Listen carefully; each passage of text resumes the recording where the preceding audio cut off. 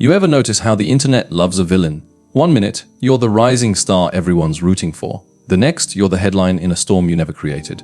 When I first read those so-called diva stories about Millie Gibson, I'll be honest, I rolled my eyes. Because something about them felt off. Too fast. Too loud. Too rehearsed. I remember scrolling late at night, seeing post after post claiming she'd been fired, replaced, vanished from the T Davies. And I thought, wait, already she'd barely stepped into the spotlight. That's where this story really begins. Not in the galaxies of Doctor Who, but in the echo chamber of the internet. The thing about fandoms, they're powerful, beautiful, passionate, sometimes brutal. Doctor Who's audience isn't just viewers, they're historians, detectives, critics, protectors of canon.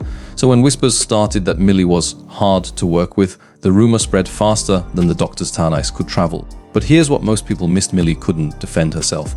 Imagine being 21, standing inside one of TV's biggest franchises, and you're told, don't say a word, because saying anything might spoil the future of the show. So she stayed quiet. And that silence, it screamed. People took her silence as proof. They filled the gaps with theories, screenshots, unsaid leaks. Every scroll felt like a new version of the same lie.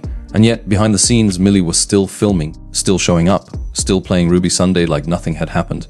Let that sink in for a second. The weight of keeping the secret that you still have your job while the whole world insists you've lost it. She later called it horrific. And yeah, that word fits. Because you're trapped in a loop, can't speak, can't fight, can't fix it. And here's where things get weird. The rumor wasn't even entirely organic. It started with a single headline, multiplied by speculation, and boom, it became fact. That's the internet's favorite trick, take a maybe, repeated 100 times, and suddenly it's a truth people argue about in comment sections. Now, I've got to ask you, have you ever believed something online that turned out to be completely false? Be honest, we've all done it. That's why I started digging. Because this whole situation didn't feel like a scandal, it felt like a case study in how fast misinformation spreads. Millie eventually told the iPaper that she found it awful and frustrating. People on the street would tell her, sorry you got fired, and she'd just smile, nod, and swallow the truth. Imagine that, apologizing for something that never happened. What really hit me was how she said she couldn't even say, it's a lie, because that would have been a spoiler. That's the kind of silent suffering we never see. The stuff that hides behind every trending topic. And here's the twist most people forget: she wasn't alone. Her co-star, Ncuti Gatwa, the 15th Doctor himself, had already faced his share of backlash, racism, homophobia, the dark side of fandom. Together, they built a kind of quiet alliance, a friendship forged in chaos. He'd tell her, you've got to shut it out. Easier said than done, right? But it worked, because when season 2 finally aired, Millie was back, not as a rumor, not as a ghost, but as Ruby Sunday, alive and unpredictable. Only 4 episodes, sure, but every appearance felt like a wink to the audience. Like she was saying, still here, still standing. And that's when I realized this wasn't a fall from grace story, it was a survival story.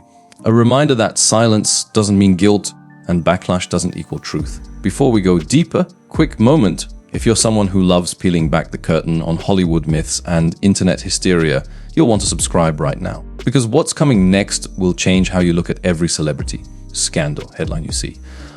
Right? Ready. Because now we're going to uncover where the rumor actually came from and why someone might have wanted it to spread in the first place. The hidden pushback? When the rumors first broke that Millie was being dropped after her debut, replaced by Varada Sethu, it wasn't just one article, it was dozens. It wasn't just speculation, it was repeated as fact. And the scary thing, some of it was based on glimpses of production scheduling, night shooting reports, casting snapshots that were coincidental, but treated as proof. That report about her being unhappy with night shoots. You might remember reading it.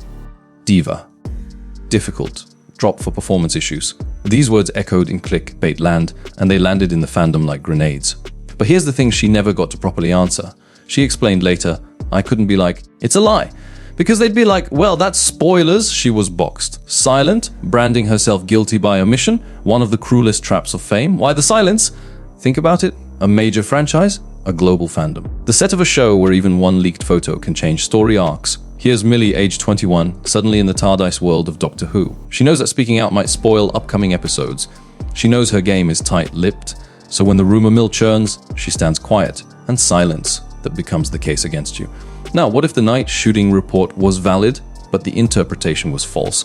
What if the diva label wasn't about attitude, but about fatigue, youth, and pressure?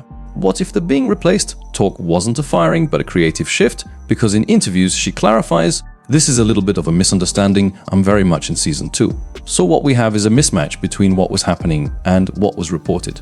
Then comes the fandom storm, because rumors feed rumor and backlash feeds backlash. Millie says she found it awful and frustrating that people kept coming up to her saying, "Sorry this has happened," when nothing had. And you can feel it, the weight of being pitied for something untrue.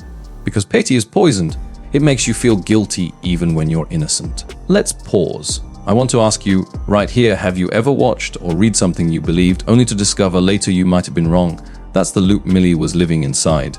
Every day. Here's a piece they don't show in headline reels. Millie wasn't alone in this storm. Her co-star Ncuti Gatwa had already been through public fire himself. He told her something simple. "You've got to just try and shut it out." That turned into her quiet anchor. Because the rumors, the whispers, they don't stop when the cameras stop. They echo in your phone, your mentions, your walk into a scene. And there she was, filming episodes that many assumed she was gone from. 4 episodes in season 2. Yes, but she was back. Her return wasn't shouted from rooftops. It was subtle. Small, yes, I'm still here. That alone speaks louder than any diva headline. The story wasn't about Millie Gibson being difficult. The story was about how the machine of fandom, media, and franchise reacts when things don't follow the neat public narrative. When an actor is young, when the headlines aren't controlled, when leaks and rumors fill the gaps. The backlash wasn't simply a reaction to Millie.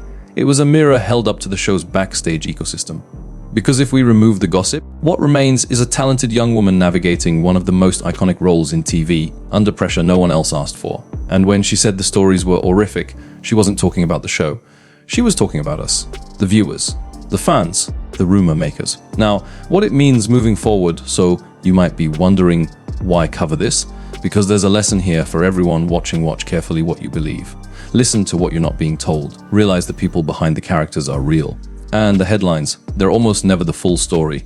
Millie's experience is a case study in modern fame, in public narrative control, in how a show with decades of lore still struggles with real-time rumors. It's also a call to fans to remember fandom doesn't protect its own, it devours them.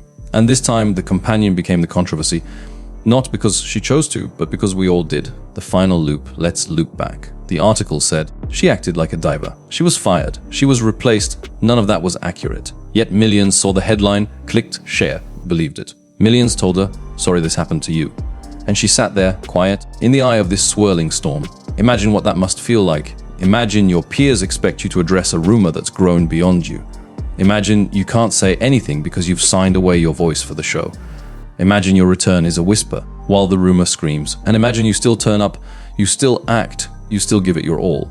So here's what I want you to do right now. Go into the comments below and write one thing.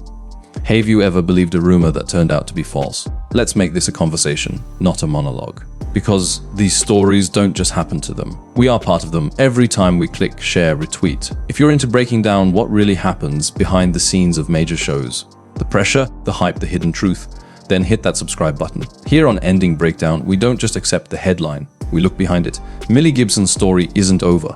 The saga of Ruby Sunday, of the tarred ice of the franchise will continue. Whether she'll return full time or cameo, we don't yet know. What we do know, she's still standing. And maybe that's the biggest secret of all. Because in the end, the only version of the truth you can hold onto is the one you don't read in the comments. Stay curious, stay questioning. And I'll see you in the next breakdown.